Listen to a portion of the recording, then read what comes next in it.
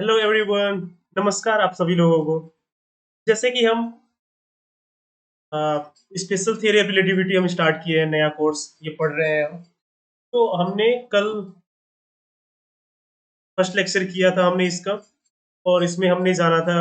सबसे पहले हमने मैं एक रिकैप दे देता हूँ आप लोगों को कि गैलीलियन ट्रांसफॉर्मेशन क्या था, न्यूटन मैकेनिक्स क्या था, इनर्शियल नॉन इनर्शियल फ्रेम क्या था, और कैसे Galilean transformation I mean Galilean relativity को जस्टिफाई करता है, उसको एक्सप्लेन करता है और उसकी मैथमेटिक्स को सॉल्व करने के लिए हेल्प करता है। कैसे फ्रेम ट्रांसफॉर्मेशन कर सकते हैं, एक स्टेशनरी फ्रेम से हम एक कोई मूविंग फ्रेम में चेंज कर सकते हैं। तो अगर आपने वो लेक्चर मिस किया तो पहले आप वो देख लो, फिर आप यहाँ पे आ सकते हो। यहाँ पे हम वहीं से कंटिन्यू करेंगे।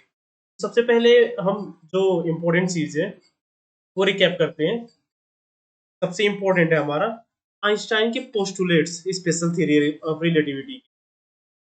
पहले आइंस्टाइन पोस्टुलेट्स को देखते हैं हम। तो आइंस्टाइन के जो पोस्टुलेट्स थे वो सिर्फ दो ही थे स्पेशल रिलेटिविटी। पहला तो था कि all inertia frames are equivalent. Equivalent in the sense कि न्यूटन्स लॉज ऑफ मैकेनिक्स क्या होते हैं, सेम रहते हैं। जो न्यूटन लॉज ऑफ मैकेनिक्स का फॉर्म है, जो जैसे कि F equals to M A है, जो लास्ट लेक्चर में भी हमने रिकैप किया था, अभी पढ़ा था कि न्यूटन्स लॉज ऑफ मैकेनिक्स में जो एफ, इसे लिख देता हूँ, F equals to M A है। अगर ये किसी फ्रेम में ये फॉर्म में ही है एग्जैक्टली तो सारे इनर्शियल फ्रेम्स में वो इसी फॉर्म में रहेगा, कोई एक्स्ट्रा टर्म्स इस फोर्स लॉ में नहीं होंगे। तो वो सारे इनर्शियल फ्रेम्स होंगे, और वो सारे फ्रेम में सारे मैकेनिक्स के जो लॉज हैं, फिजिक्स के जितने भी लॉज हैं, मैकेनिक्स के हो गए या फिर इलेक्ट्रिसिटी मैग्नेटिज्म हमें इलेक्ट्रोमैग्नेटिज्म का भी हो गया, इलेक्ट्रोडायनामिक्स का, मैक्सवेल्स इक्वेशन, सारे इक्विवेलेंटली सेम फॉर्म पे ही रहते हैं वो सारे इनर्शियल फ्रेम। तो ये फर्स्ट पोस्टुलेट हो गया। ये गैलीलियन मैकेनिक्स में भी था, गैलीलियन रिलेटिविटी में वहां पे भी था कि सारे इनर्शियल फ्रेम्स क्या होते हैं, इक्विवेलेंट होते हैं। सारे इनर्शियल फ्रेम्स में जो होता है लॉज ऑफ मैकेनिक्स जो है, लॉज ऑफ फिजिक्स जो है, वो सारे सेम ही रहते हैं। बट यहाँ पे आइंस्टाइन के जो सेकंड पोस्टुलेट था वो डिफरेंट था। तो बोलते हैं constituency of speed of light.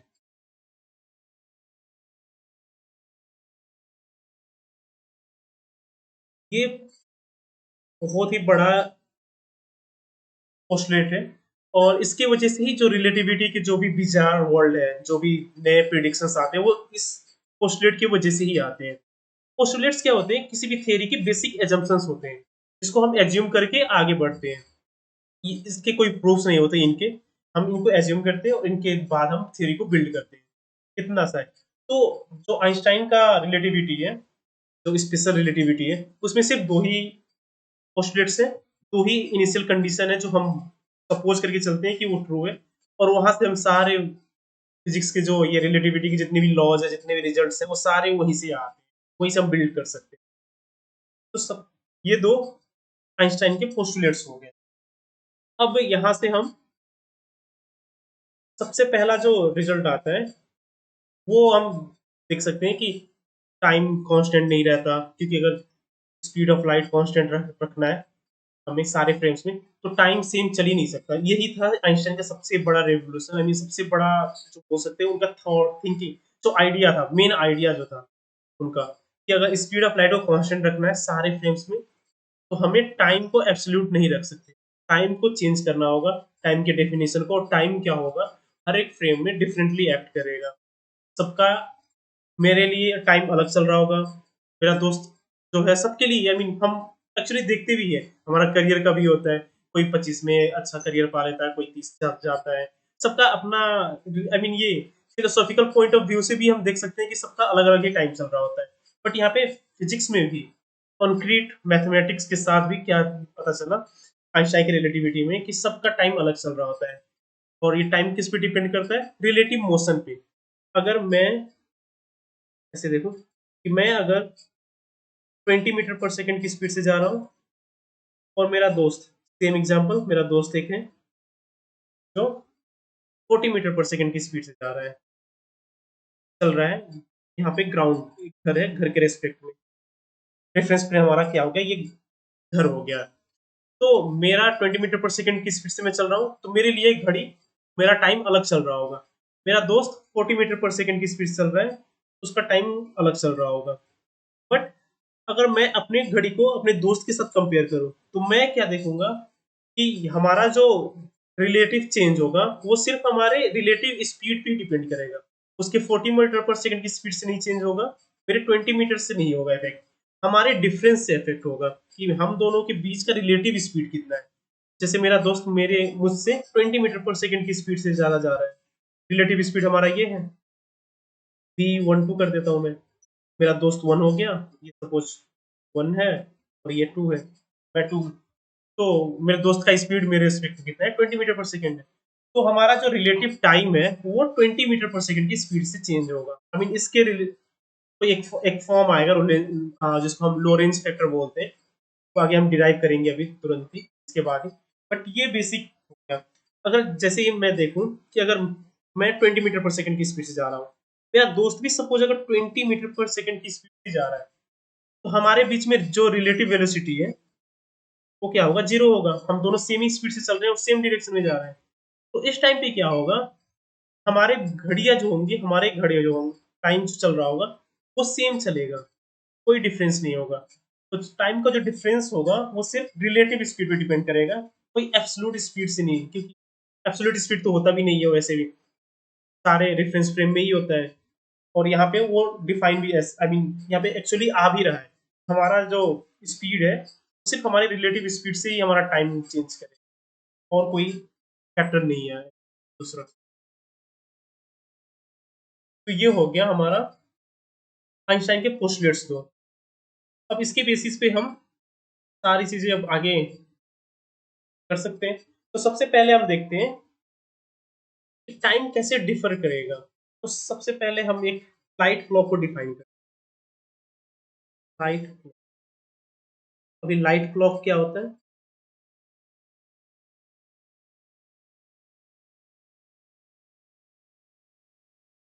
Light clock एक ऐसा स्पेशल क्लॉक है जिसमें क्या होता है, ऐसे हम लाइट क्लॉक को एक बॉक्स बनाते हैं, और यहाँ पे एक सोर्स है, और सोर्स और डिटेक्टर दोनों है, यहाँ से लाइट हम, और यहाँ पे ये मिरर है।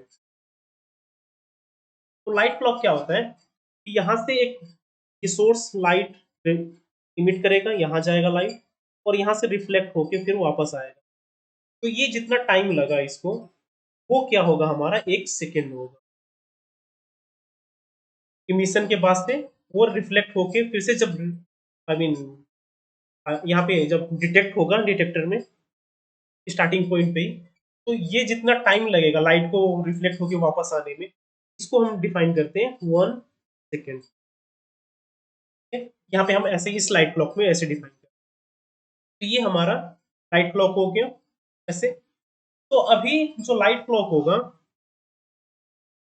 वो डिफरेंट टाइम मेजर करेगा डिफरेंट फ्रेम में। इसको हम अभी यहाँ पे थॉट एक्सपेरिमेंट से देख भी लेंगे, और इसके वजह से, और ये जो होगा, जो टाइम चेंज होगा वो एक्चुअली हर एक चीज के लिए एप्लीकेबल होगा, सिर्फ लाइट क्लॉक के लिए नहीं। क्योंकि जो आइंस्टाइन का सेकंड पोस्टुलेट है वो लाइट स्पीड कांस्टेंट है, और एक और चीज एक कांस्टेंट डालता है, कोई भी इंफॉर्मेशन लाइट की स्पीड से ज्यादा फास्ट ट्रेवल नहीं कर सकता स्पेस में।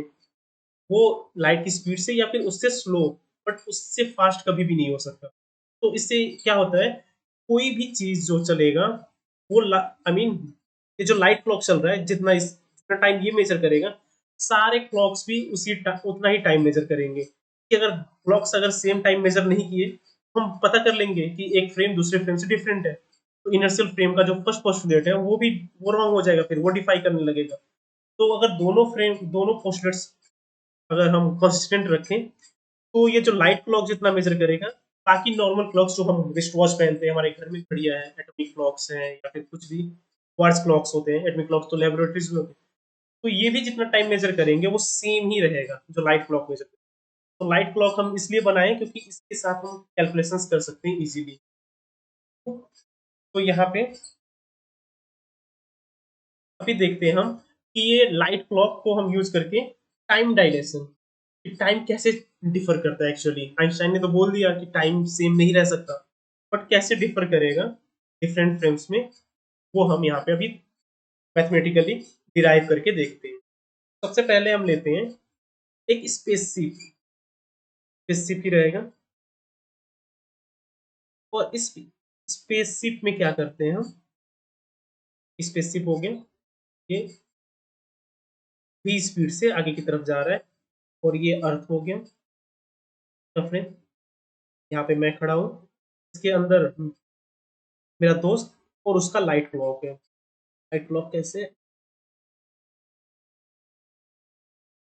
में एक मिरर है, और इस साइड में यहाँ पे इमीटर और डिटेक्टर है। सिंपल सा डायग्राम है, ये हो गया। तो अभी अगर मैं देखूं, ये मेरा फ्रेम हो गया, जो अर्थ पे है, मैं हूँ, इसको एस फ्रेम मानते हैं। और ये जो रॉकेट है, रॉक स्पेसशिप है, उस वो फ्रेम खुद मूव कर रहा है, उसको अगर हम उसके फ्रेम ले, हम उसको हम एस प्राइम फ्रेम लेते हैं, एस डैश फ्रेम।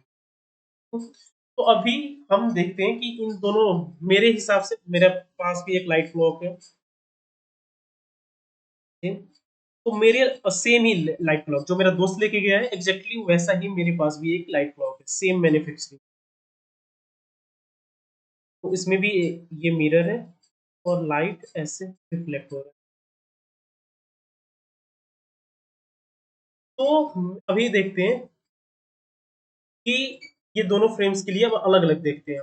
तो मेरे फ्रेम में क्या है, मेरा घड़ी एक ही जगह पे है, तो लाइट को यहाँ पे, ये मिरर हो गया, मैं डिवाइस को पूरा नहीं बना रहा, बस अब डिटेक्टर और एमीटर बना रहा। तो यहाँ से यहाँ तक, तो अगर मेरे लिए अगर मैं देखूं, तो light detector, I mean emitter से इमिट होके डिटेक्टर में फिर से रिफ्लेक्ट होके डिटेक्ट हो रहा है यहाँ पे, एग्जैक्टली सेम पॉइंट। तो अगर ये मिरर और इमीटर के बीच में डिस्टेंस एल है, तो लाइट को ऊपर जाने के लिए एक बार लगेगा एल बाई सी टाइम, और फिर वापस आने के लिए भी लगेगा एल बाई सी। तो ये एक्चुअली कितना है मेरे लिए, ये 1 सेकेंड है, टाइम का यूनिट है ये मेरे लिए। अब ये, तो ये कितना हो जाएगा, डिफाई कर दे तो 2L बाई, जोड़ दे दो, 2L/c मेरे लिए 1 सेकेंड है। और ये मेरे फ्रेम में अगर जब 2L/c हो रहा होगा, तो आई मीन इतने टाइम के बाद 1 सेकेंड होगा। मेरे दोस्त के फ्रेम में अगर मैं देखूं, उसके लिए भी सेम होगा। वो अपने फ्रेम में तो उसके साथ ही घड़ी लेके जा रहा है, तो वो घड़ी भी उसके साथ साथ ही जा रहा है, तो वो भी जब देखेगा अपने घड़ी को, तो लाइट ऊपर और नीचे बाउंस ऐसे ही हो रहा है, तो उसके लिए भी 1 सेकेंड सेम ही रहेगा। वो अपने फ्रेम में 1 सेकेंड सेम देखेगा, मैं अपने फ्रेम में 1 सेकेंड सेम ही देखूंगा, कोई डिफरेंस नहीं है। डिफरेंस तब आएगा जब मैं अपना घड़ी देख रहा हूँ, और उसका भी घड़ी मैं खुद ही देख रहा हूँ, मैं ही देख रहा हूँ। तो मेरा घड़ी, मैं एक ही जगह पे, मेरे लिए तो एक ही जगह पे ये मूव ही नहीं कर रहा, मेरे साथ ही मैं हाथ में लेके बैठा हुआ हूँ, तो उस घड़ी में 2L/c पे 1 सेकेंड है। बट जो मेरा दोस्त का घड़ी है, अगर मैं उसको देख रहा हूँ, अगर यहाँ पे, उस वो क्या दिखेगा मुझे, तो वो घड़ी पहले यहाँ पे था, कुछ टाइम पे आगे चला जाएगा, और कुछ और टाइम के बाद और ज्यादा आगे चला जाएगा, क्योंकि वो रॉकेट तो मूव कर रहा है, रॉकेट मूव कर रहा है, तो वो चेंज भी होगा, वो आगे भी जाएगा, एक जगह पे नहीं रहेगा। मेरे लिए तो एक जगह पे नहीं है, वो घड़ी मेरे लिए आगे आगे चल रहा है, जाता जा रहा है। तो उसका घड़ी का जो मैन्युफैक्चरिंग है, सेम वैसे ही हम फिर से देखते हैं। तो इनिशियल टाइम पे मैं ये इस पॉइंट पे मैंने जब देखा, तो यहाँ से लाइट एमिट हुआ था, अभी जस्ट यहाँ से लाइट निकल रहा था। इस पॉइंट पे क्या हुआ, अब यहाँ पे लाइट आगे जा ही रहा होगा, ऐसे ऊपर चढ़ रहा होगा, आई मीन दूसरे मिरर के पास जा रहा होगा लाइट, तो और साथ साथ आगे भी मूव कर रहा है ये पूरा। तो लाइट क्या होगा, कौन सा पाथ लेगा, सीधा ऊपर ना जाके ऐसे जा रहा हो, मेरे लिए दिखेगा कि लाइट सीधा ऊपर नहीं जा रहा, बट कि स्लैंट ऐसे स्लोप में जा रहा है ऊपर की तरफ, मिरर के पास।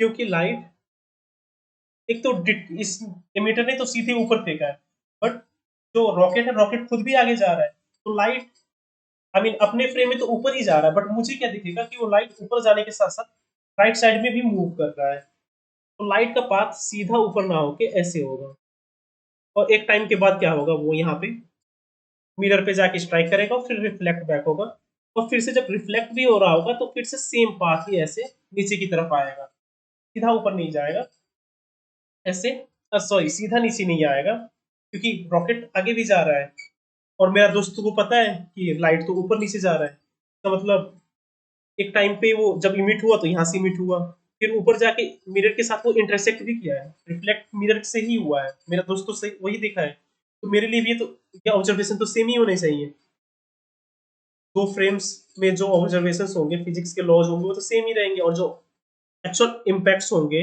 वो भी सेम ही देखनी दिखेंगी। अगर मेरा दोस्त कुछ अलग देख रहा है, मैं कुछ अलग देख रहा हूँ, तो फ्रेम तो इक्विवेलेंट नहीं हुए ना फिर, तो वो उसकी वजह से भी ये ऐसे दिखेगा, ये लाइट सीधा ना ऊपर जाके मुझे मेरे फ्रेम में क्या दिखेगा कि लाइट ऐसे एक एंगल में ऊपर के मिरर के पास जा रहा है, फिर कुछ उसी सेम एंगल के साथ ही फिर मिरर से रिफ्लेक्ट होके वापस आ रहा है।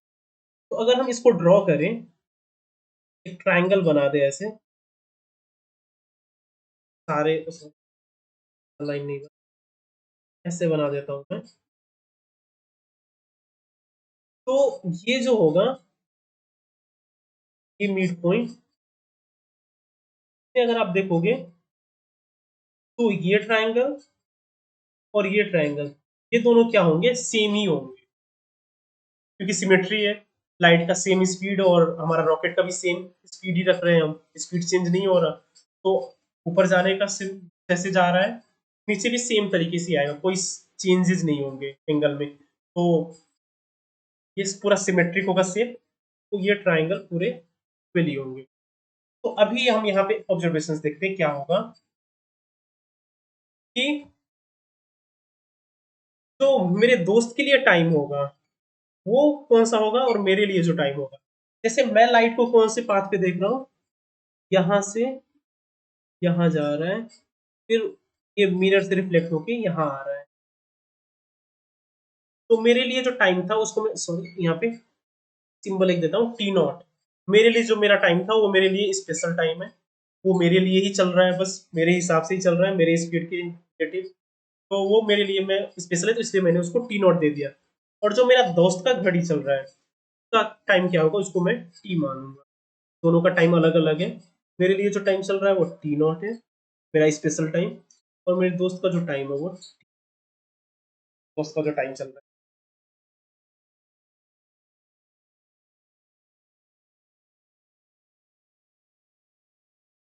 ठीक है।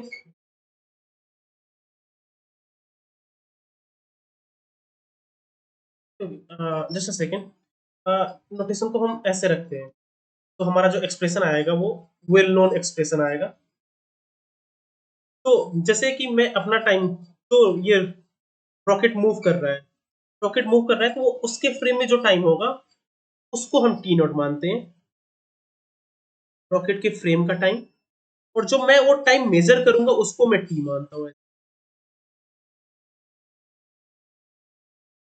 इक्विवेलेंट ही है, क्योंकि एस डस फ्रेम में घड़ी एक ही जगह पे है, तो वो उसका स्पेशल टाइम है, वो खुद कितना मेजर कर रहा हो, तो वो उसके लिए टी नॉट है, और मैं उसका टाइम जब मेजर कर रहा हूँ, मैं किसी और इंसान किसी और फ्रेम का टाइम मेजर जब कर रहा हूँ, तो वो मेरे लिए टाइम होगा, वो सेम टाइम नहीं रहेगा, वो मेरे हिसाब का टाइम रहेगा, उसको टी मानता हूँ, तो वो फ्रेम का टाइम टी नॉट हो गया और मेरा टाइम टी। तो नेक्स्ट अब हम यहाँ पे ये ट्राइंगल्स जो हैं वो क्या होंगे, लाइट की स्पीड पे डिपेंड करेंगे कैसे फॉर्म होगा, तो अगर ये शेप देखूं मैं, ये वाला साइड, मैं इनको ट्राइंगल को नीचे ड्रॉ करता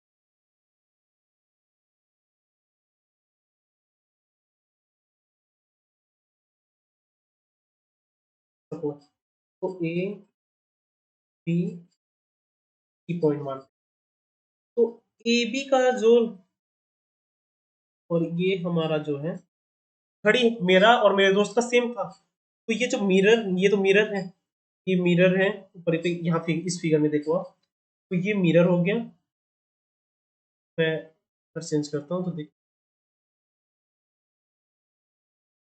ये मिरर और ये डिटेक्टर और इमीटर, इनके बीच का जो डिस्टेंस है वो कितना है, एल ही है। वो क्योंकि मेरा फ्रेम, मेरा जो घड़ी था मेरे दोस्त का घड़ी सेम था, तो ये एल हो गया। अगर आप देखोगे तो ये जो डिस्टेंस है एसी जो है पूरा, ये मेरे फ्रेम से मैं देख रहा हूँ, वो अपने फ्रेम में तो रॉकेट तो स्टेशनरी ही है, मैं उसके उसके रिस्पेक्ट में तो मैं मूव कर रहा हूँ अपोजिट डायरेक्शन में, तो मेरे फ्रेम में रॉकेट मूव कर रहा है, इसलिए जो एसी का लेंथ होगा वो रॉकेट का स्पीड इनटू मेरा टाइम होगा, dt, क्योंकि रॉकेट को मूव करते हुए मैं देख रहा हूँ, तो मेरे हिसाब का टाइम लगेगा वहां पे कि रॉकेट कितना टाइम लगा, मैं अपने खुद मेजर करूंगा, उसके हिसाब से ही मूव कर रहा होगा। वो रॉकेट के फ्रेम में तो वो स्टेशनरी ही है, रॉकेट अपने फ्रेम में तो सब कोई स्टेशनरी है। ठीक है?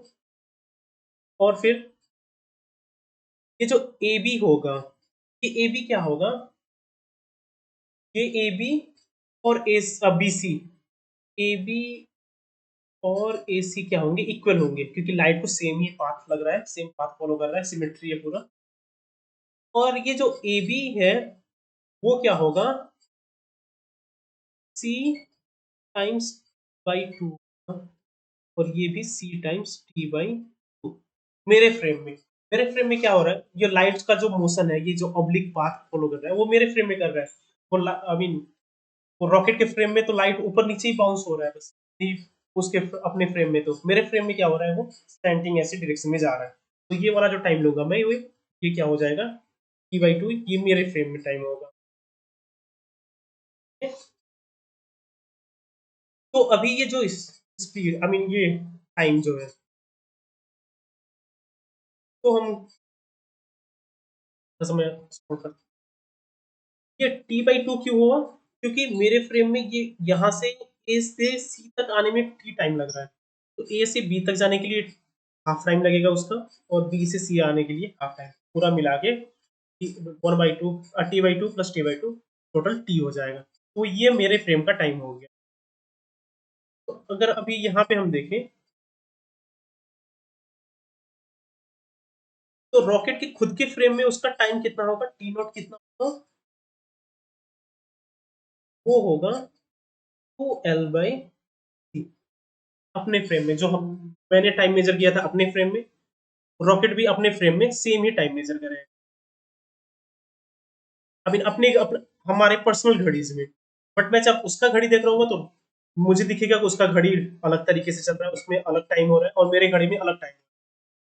बट अगर मैं अपना घड़ी देख रहा हूँ और रॉकेट का जो फ्रेम में जो इंसान है वो अपना घड़ी देख रहा है, तो हमारे घड़ियों में हमें पता ही नहीं चलेगा कि दोनों की घड़ी में मतलब कोई डिफरेंस है, हमें अपनी घड़ी लगेगी कि एकदम नॉर्मली चल रही है, सेम टाइम ही दिखा रहा है, और घड़ी सेम है तो सेम टाइम ही दिखा रहा है। तो रॉकेट के फ्रेम में उसका एक टाइम कितना होगा, एक टाइम पीरियड टी नॉट क्या होगा, टू एल बाई सी होगा, और मेरे फ्रेम में यहाँ से हम निकाल सकते हैं, यहाँ से क्या करेंगे, अब हम पाइथागोरस थ्योरम यूज करेंगे, क्योंकि ये आइसोसेलेस ट्राइंगल है, तो ये जो ये बना रहे हैं हम मिड पॉइंट में एक लाइन जो ड्रॉ किए हैं बी से, ये क्या होगा, परपेंडिकुलर होगा, ये ट्राइंगल का प्रॉपर्टी है, आप आइसोसेलेस ट्राइंगल अगर पढ़े होगे तो ये एक्चुअली पता होगा, तो ये एल हो। अब यहाँ से हम क्या कर सकते हैं, ए से इस पॉइंट को मैं ई मान देता हूँ, तो ये क्या ई क्या होगा, ए सी का मिड पॉइंट होगा, तो ए से ई का डिस्टेंस कितना हो जाएगा, बी टी बाई, ठीक है, I hope this is clear to everyone. तो बस मैं अब क्या देख रहा हूँ, ट्राइंगल ए बी ई ले रहा हूँ, ये ट्राइंगल ले रहा हूँ, तो इस ट्राइंगल में क्या होगा अभी, पाइथागोरस थ्योरम के हिसाब से ए बी क्या परपेंडिकुलर है, पीई लेंथ है, आई मीन ये बेस और परपेंडिकुलर, सॉरी ये हाइपोटेन्यूस है ए बी, और ये दोनों साइड बेस और परपेंडिकुलर हो जाएंगे।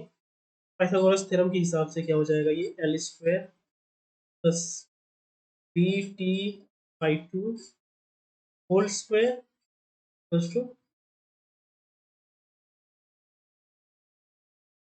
बाई टू का होल स्क्वायर। तो अभी हम ये देखो, आप ये T naught equal to two L by C है, इससे क्या इंप्लाई कर सकते हैं हम, जो एल है रॉकेट के फ्रेम में वो क्या हो जाएगा कि टी नॉट बाई 2 हो जाएगा। तो यहाँ से अब हम इसको सिंप्लीफाई करते हैं, एल की जगह पे ये रखते हैं, सी टी नॉट बाई 2 का whole square plus B T by 2 का whole square plus two T T by 2 का होल स्क्वायर। अब इसमें अगर हम देखेंगे तो ये वाले टर्म में टी है और इस वाले टर्म में टी है, इन दोनों को एक साइड में लेके चले जाते हैं, तो यहाँ से हम कंपेयर कर पाएंगे कि मेरा टाइम, मैंने जो टाइम मेजर किया टी, और जो रॉकेट के फ्रेम में टाइम चल रहा है टी नॉट, वो कैसे एक दूसरे के साथ रिलेट करेंगे। तो यहाँ से और जाएगा, एक चीज देखेंगे तो सब में टू डिनोमिनेटर में है, तो टू टूज को मैं कैंसिल कर सकता हूँ, बाकी square T not square plus two square T square minus B square T square, और इसको अगर मैं सिंप्लीफाई करूँ थोड़ा सा और, square T not square square minus,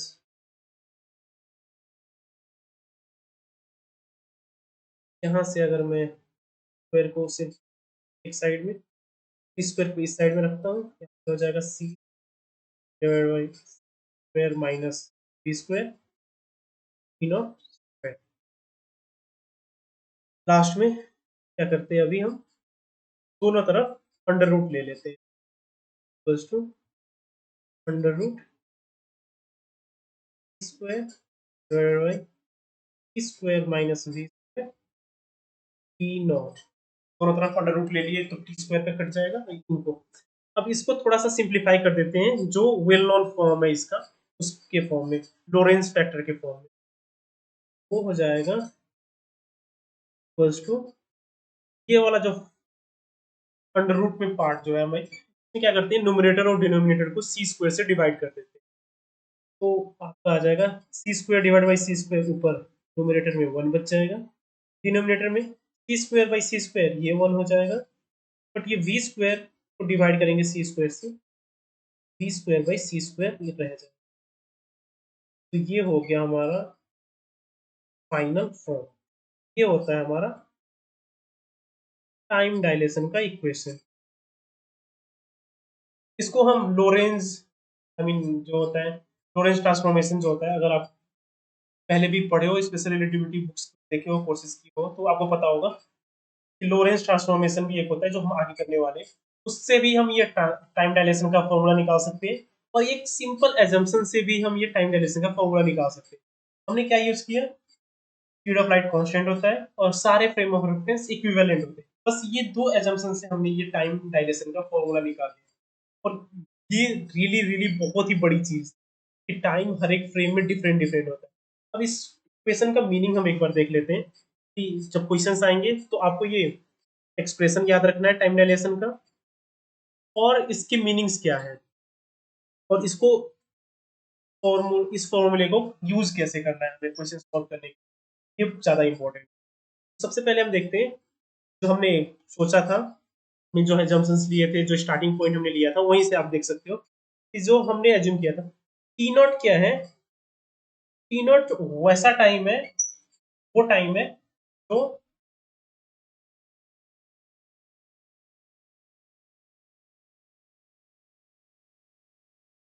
एक सेकेंड, टी नॉट जो टाइम है वो जो बोलते हैं खुद के फ्रेम में जो हम मेजर करते हैं, जैसे मैं अपने फ्रेम में एक घड़ी लेके बैठा हूँ और उस घड़ी में जो टाइम हो रहा होगा वो मेरे लिए क्या होगा, टी नॉट होगा, या फिर जो भी प्रॉब्लम मैं सॉल्व कर रहा हूँ उस प्रॉब्लम के लिए वो टी नॉट होगा। मैं दूसरे फ्रेम से खड़ा होके, जैसे मैं अभी यहाँ पे हूँ और एक ट्रेन चल रहा है, तो ट्रेन में जो घड़ी चल रही होगी उसका अगर मैं टाइम देखूंगा और जो मेजर करूंगा उसके घड़ी के हिसाब से जो टाइम मेजर करूंगा, वो टाइम क्या होगा, हमेशा टी होगा। ठीक है? मैं एक एग्जांपल देता हूँ जो एक्चुअली क्वेश्चंस में आते भी है, मियोन वाला एग्जांपल। क्वेश्चन पूरा नहीं सॉल्व करेंगे, मैं मियोन का फ्रेम बस लेता हूँ। जैसे मियोन है, मियोन एक पार्टिकल है, एलिमेंट्री पार्टिकल ही है, जो क्या बोलते हैं कॉस्मिक रे से आता है। आई मीन कॉस्मिक रे आता है जब अर्थ पे, तो वो अपर एटमॉस्फेयर पे मॉलिक्यूल्स के साथ या मॉलिक्यूल्स के साथ आई मीन इंटरेक्ट करके मियोन जनरेट करता है। और मियोन का कुछ स्मॉल लाइफ टाइम होता है, और वो अर्थ सरफेस तक पहुंचता है क्योंकि टाइम डायलेशन होता है। तो एक बहुत ही एक्चुअल प्रूफ भी है टाइम डायलेशन का, लैब में मियोन मेजर करने करके। तो हम यहाँ पे देखते हैं कि जो अर्थ का फ्रेम है, यहाँ पे अर्थ है, जो अर्थ के फ्रेम में हम एक कुछ टाइम मेजर करेंगे, और मियोन जो है वो मूव भी कर रहा होता है बहुत क्लोज टू 0.997 से 0.999 सी तक इसका स्पीड होता है मियोन का, मतलब बहुत ही close to speed of light होता है। तो उस स्पीड से जब वो अर्थ की तरफ आता है, तो वो अपने उसके फ्रेम में जो टाइम चल रहा होता है, घड़ी नहीं है उसके पास, बट जो उसका टाइम चल रहा होता है ना, जैसे मेरे पास भी घड़ी नहीं है, बट मैं 22 साल का ऐसे मैं बोल सकता हूँ ना कितना टाइम हो गया मुझे जन्म लिए हुए ऐसे। तो उसके लिए भी एक टाइम फ्रेम चल रहा होता है, टाइम तो चल रहा होता है सबके लिए। तो म्यू1 का भी एक टाइम चल रहा होता है, और वो जो अपने फ्रेम में ही जो एक्सपीरियंस करता है टाइम, वो क्या हो जाएगा, वो इस प्रॉब्लम में म्यू1 रिलेटेड प्रॉब्लम जो हम करेंगे उसमें वो क्या हो जाएगा, टी नॉट हो जाएगा, जो वो खुद के फ्रेम में ही मेजर कर रहा हो। और नेक्स्ट हम एक क्या करेंगे, लैब में बैठ के हम इसका टाइम फ्रेम मेजर कर सकते हैं, अर्थ के सरफेस पे बैठ के हम अपने लैब में। तो अर्थ के लैब में जब हम म्यू1 का टाइम मेजर करेंगे, म्यू1 का कितने टाइम पहले वो आई मीन जनरेट हुआ था अर्थ के सरफेस पे, आई मीन एटमॉस्फेरिक सरफेस पे, वो अपर एटमॉस्फेयर पे, और कितने टाइम के बाद वो अर्थ पे आके कोलाइड किया, ये जो टाइम मेजर कर रहे होंगे हम, ये क्या होगा, ये होगा कि हम टाइम क्या कर रहे हैं, म्यू1 के लिए मेजर कर रहे हैं, बट हम बाहर के रेफरेंस फ्रेम से मेजर कर रहे हैं अपनी घड़ी के साथ बाहर के रेफरेंस फ्रेम। तो ये क्या हो जाएगा, टी हो जाएगा। म्यू1 अपने फ्रेम में जो टाइम एक्सपीरियंस करेगा वो टी नॉट, तो हम बाहर बैठ के उसका टाइम मेजर कर रहे होंगे, वो क्या हो जाएगा, टी हो जाएगा। प्रॉब्लम्स में हमेशा ऐसे ही यूज करना है। कि अगर आप अच्छे से समझ गए, तो टाइम डायलेशन रिलेटेड जो प्रॉब्लम्स होगी वो आई डोंट थिंक आपको टफ लगेगा। हमेशा ध्यान रखना, जो ऑब्जेक्ट मूव कर रहा है वो अपने फ्रेम में जो मेजर करेगा टाइम, वो टी नॉट, और जब हम बाहर बैठ के उस मूविंग ऑब्जेक्ट का टाइम हम जब मेजर कर रहे होंगे, तो वो जो टाइम हम मेजर करेंगे वो हमेशा टी। तो यहाँ अगर आप देखोगे, ये जो हमारा लास्ट एक्सप्रेशन निकला था, इसको हम मोर कॉम्पैक्ट फॉर्म में equals to gamma T nought, ये गामा गामा फैक्टर है, तो लोरेंस फैक्टर भी बोलते हैं, लोरेंस बूस्ट या लोरेंस फैक्टर। तो ये गामा, गामा क्या होता है, वही ऊपर का एक्सप्रेशन से आप देख सकते हो, gamma equals to 1/1 - b² / c²। या फिर मोर कॉमनली इसको लिखते हैं ऐसे, अंडर रूट को सिर्फ नीचे वाले पार्ट में, क्योंकि वन रूट वन तो वन ही होता है, वन रूट 1 - b² ये होता है टाइम गामा फैक्टर। और ये जो रिलेशन आया हमारा, ये होता है हमारा टाइम डायलेशन का इक्वेशन। तो यहाँ पर अगर देखोगे आप, तो स्पीड ऑफ लाइट क्या, आई मीन किसी भी ऑब्जेक्ट का स्पीड, किसी भी फ्रेम का स्पीड स्पीड ऑफ लाइट से हमेशा कम ही रहेगा। तो ये जो फैक्टर है ये हमेशा ग्रेटर देन वन। तो अगर इस इक्वेशन में अगर आप देखोगे, तो ये हमेशा वन से ज्यादा होगा ये गामा फैक्टर। मतलब मैं स्पेसशिप में अगर 2 सेकेंड मेजर कर रहा हूँ, तो गामा फैक्टर 1 से बड़ा है, इसलिए सपोज 1.5 ही है। तो जो मैं टाइम मेजर करूंगा वो हमेशा कितना होगा, 3 सेकेंड आएगा।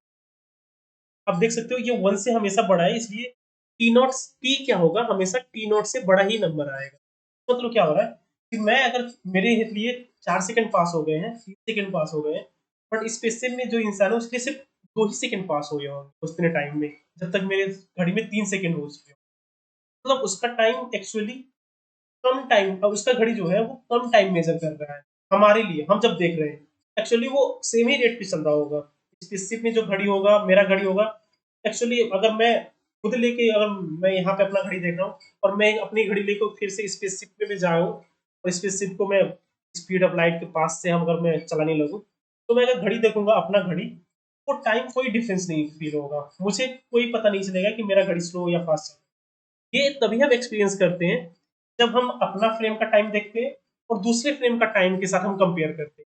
दो अलग अलग फ्रेम्स को कंपेयर करते हैं तब जाके एक्सपीरियंस होता है। सिर्फ हम अपने फ्रेम में घड़ी लेके चले और हम अपना फ्रेम किसी भी स्पीड से चलने लगे, अगर हम अर्थ पे रह रहे हैं या फिर स्पेस से चलने लगे, कोई फर्क नहीं पड़ता, हमारा घड़ी सेम ही चलेगा। आई होप दिस इज क्लियर। और ये अगर आप अच्छे से समझ गए तो प्रॉब्लम, टाइम डायलेशन का प्रॉब्लम कोई भी टफ नहीं होगा, एक्चुअली इजीली सॉल्व कर सकते हो। एक म्यून का प्रॉब्लम है जो इस बार भी आईआईटी जब में भी आया था, बहुत बार ही आता है म्यून वाला प्रॉब्लम, वो हम अगली बार करते हैं। अभी अभी के लिए हम बस थोड़ा सा रिकैप कर लेते हैं। नेक्स्ट लेक्चर में हम simultaneity of, I mean relativity of simultaneity करेंगे और ये प्रॉब्लम भी सॉल्व करेंगे। अभी के लिए रिकैप क्या है कि आइंस्टाइन के दो पोस्टुलेट्स थे। ये दो पोस्टुलेट्स क्या थे? All inertial frames are equivalent. सारे इनर्शियल फ्रेम्स में जो फिजिक्स के लॉज हैं वो सेम ही रहते हैं, कोई डिफरेंस नहीं होता। मेरे, अगर मैं फोर्स इक्वल्स टू न्यूटन का फर्स्ट लॉ जो है F equals to M A लगा रहा हूँ, सारे इनर्शियल फ्रेम्स में F equals to M A ही होगा, कोई एक्स्ट्रा टर्म्स नहीं होंगे। लास्ट लेक्चर आप रिकैप कर सकते हो, वहाँ पे मैंने अच्छे से एक्सप्लेन किया है ये। और जो स्पीड ऑफ लाइट है वो क्या होता है, सारे फ्रेम्स में कांस्टेंट होता है। ये दो पोस्टुलेट्स से हम सारे जो रिलेटिविटी का थ्योरम है, जितने भी रिजल्ट्स हैं वो सारे हम बिल्ड कर सकते हैं। तो सबसे पहले हमने जो बिल्ड किया वो था टाइम डायलेशन का रिलेशन। ये टाइम डायलेशन के लिए हमने क्या किया, लाइट क्लॉक को लिया हमने। लाइट क्लॉक ऐसा क्लॉक है जिसमें हम एक लेजर लाइट लेते हैं जो इमिट करता है, और एक मिरर लेते हैं, मिरर से वो रिफ्लेक्ट होकर फिर से यहाँ डिटेक्टर में, सेम जहाँ लेजर है वहीं पे वो डिटेक्टर भी है, वो डिटेक्टर में डिटेक्ट होता है लाइट। और ये हो पूरा प्रोसेस होने में कितना टाइम लगता है वो क्या होता है, 1 सेकेंड को डिफाइन कर, वन टाइम पीरियड या फिर 1 सेकेंड। तो अगर लाइट क्लॉक को मैं अर्थ पे लेके रहूं और मेरा दोस्त अगर स्पेसशिप पे लेके घूम रहा होगा, हम दोनों के लिए जो टाइम होगा वो अलग अलग चलेगा टाइम। और मैं जब देखूंगा, मैं अपना घड़ी देखूंगा तो मेरे में अगर 3 सेकेंड हो रहा है, तो मेरे दोस्त की घड़ी का मैं जब खुद मैं देखूंगा तो मुझे लगेगा मैं जो देखूंगा वो क्या होगा, मेरे दोस्त में सिर्फ 2 सेकेंड ही पास हुए हैं, 2 सेकेंड या फिर 1 सेकेंड, बट 3 सेकेंड से कम ही रहेगा सब हमेशा। और ये डिराइव करने के लिए हमने लाइट क्लॉक का यूज किया। लाइट क्लॉक स्पेसिफिक में मूव कर रहा है तो आगे ऐसे हम ट्राइंगल बना के पाइथागोरस थ्योरम यूज करके हमने ये टाइम डायलेशन का इक्वेशन हमने निकाल दिया। टाइम डायलेशन की इक्वेशन में क्या है, T equals to gamma T nought, जहाँ पे गामा क्या है हमारा 1 divided by under root 1 minus V square by C square. यहाँ पे वी क्या है, वेलोसिटी जो है वो फ्रेम का स्पीड है। जैसे यहाँ पे रॉकेट का स्पीड है, म्यू वन वाले प्रॉब्लम्स में म्यू वन का स्पीड हो जाएगा। कुछ और क्वेश्चंस है तो जो फ्रेम होगा, जो फ्रेम ही मूव कर रहा होगा, जिसके जिस फ्रेम में घड़ी चल रही है उसके फ्रेम, घड़ी का ही जो फ्रेम है वो किस स्पीड से मूव हो रहा है, वो हमेशा वी होगा। स्पीड अगर ज्यादा है, जितना ज्यादा होगा गामा का वैल्यू उतना ही ज्यादा होता है लोरेंस वेक्टर का। ये भी देख लेते हैं कि लोरेंस, ये जो गामा, ये है गामा का वैल्यू, अगर हम इसको वन, इसको हम एक फंक्शन मान लें स्पीड का, 1 divided by under root 1 minus V square, और सी को हम मान लेते हैं यूनिट, सी को 1 लाइट सेकेंड, लाइट का स्पीड मानते हैं। तो ये जो वैल्यू आएगा अभी, आई मीन ये जो एक्सप्रेशन बन रहा है 1 minus V square by C square, इसको हम नेचुरल यूनिट्स बोलते हैं। I hope maybe this is complicated, but आप बस इतना करके देख लेना। अगर आप इसको ग्राफ में प्लॉट करोगे गामा का वैल्यू ग्राफ में, तो जब तक स्पीड बहुत ज्यादा स्मॉल है तब तक गामा का वैल्यू 1 आता रहे। जैसे जैसे ये v का वैल्यू हम 1 के पास जाएंगे, वो अचानक से ऐसे इंक्रीज होगा और 1 कभी अप्रोच नहीं करेगा, 1 पे ये इनफाइनाइट हो जाएगा। ये ऐसे रहेगा। तो गामा का वैल्यू एक्चुअली जब भी स्मॉल हो बहुत ज़्यादा, उतना ज़्यादा डिटेक्टेबल नहीं होता है। गामा का वैल्यू अप्रोक्सीमेटली 1 ही रहता है और स्मॉल भी, बहुत ज़्यादा स्मॉल स्पीड के लिए। जैसे कि हमारे रियल वर्ल्ड में जो स्पीड्स होते हैं, हमारे कार्स 40 मीटर पर सेकंड की स्पीड से जाते हैं। अब 40 तो बहुत ज़्यादा ही बोल दिया मैंने शायद, मैक्सिमम बोल रहा हूँ, 40 मीटर पर सेकंड की स्पीड से। और लाइट का स्पीड होता है हमारा 300 mean 3 into 10 raise to metre पर। इससे जो आएगा v बाई सी का value, V square by C square का वैल्यू, वो बहुत ही ज़्यादा स्मॉल आएगा। कितना ही, V square by C square का वैल्यू तो I guess 10 raise to minus 7 आएगा। और 7 नहीं, स्क्वायर करेंगे तो 14 आएगा। स्क्वायर करें तो V square by C square निकालना है हमें। तो ये जो 10 रेज टू माइनस 14 आ रहा है, अगर इतना यहाँ पे वी की जगह पे रखें ये, तो ये जो वैल्यू आएगा अप्रोक्सीमेटली बहुत ही क्लोज टू 1 आएगा। इसलिए जो हम टाइम डायलेशन का जो इफेक्ट होता है वो हम रियल वर्ल्ड में नहीं देख पाते, नहीं मेजर कर पाते। ये तभी नोटिसेबल होता है जब speed of light, I mean sorry, speed of frame जो होता है वो अप्रोक्सीमेटली 0.1 सी तक चला जाता है, मतलब 10% ऑफ। ये होगा आपका करीब 3 इंटू 10 रेज टू 7 मीटर पर सेकेंड। इस स्पीड पे क्या होने लगता है, रिलेटिविटी के जो भी फॉर्मूले हैं, जो भी रिजल्ट्स है, वो नोटिसेबल होने लगते हैं, बहुत ही नोटिसेबल। सारे टाइम डायलेशन बहुत एक्सट्रीम होने लगता है। अब जितना ही बढ़ेगा उतना ही ज्यादा होने लगेगा। ग्राफ प्लॉट करके देख सकते हो आप, मैट, आई मीन आप जियोजेब्रा में या कोई भी ग्राफिकल कैलकुलेटर में ये देख लेना। ये बहुत ही ज्यादा इंपॉर्टेंट भी है। कभी कभी इंटरव्यूज में भी आपको पूछ सकते हैं कि कहाँ हम रियल वर्ल्ड में रिलेटिविटी क्यों नहीं एक्सपीरियंस करते, टाइम डायलेशन क्यों नहीं एक्सपीरियंस करते। तो इसका रीजन यही है कि स्पीड ऑफ लाइट बहुत ही ज्यादा एक्सट्रीमली हाई है, वैल्यू है उसका। रियल वर्ल्ड जो भी स्पीड्स होते हैं बहुत ही स्मॉल होते हैं।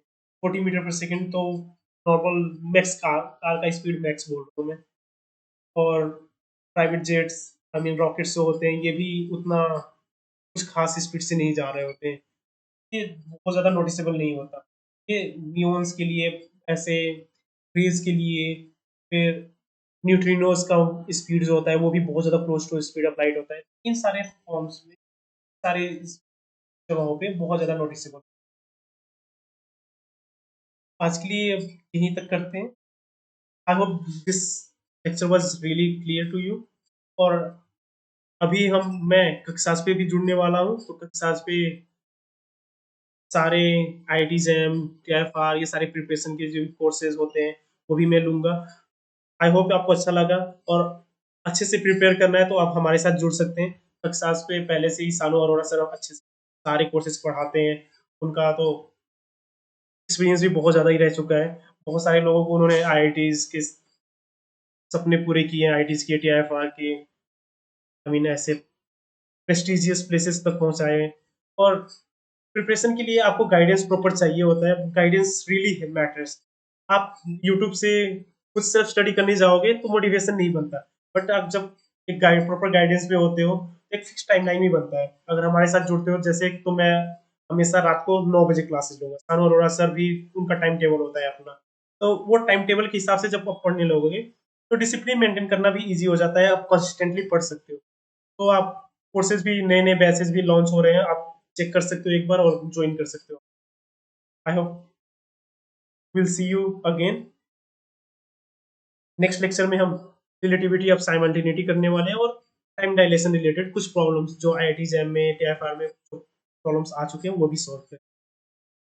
Thank you. See you next.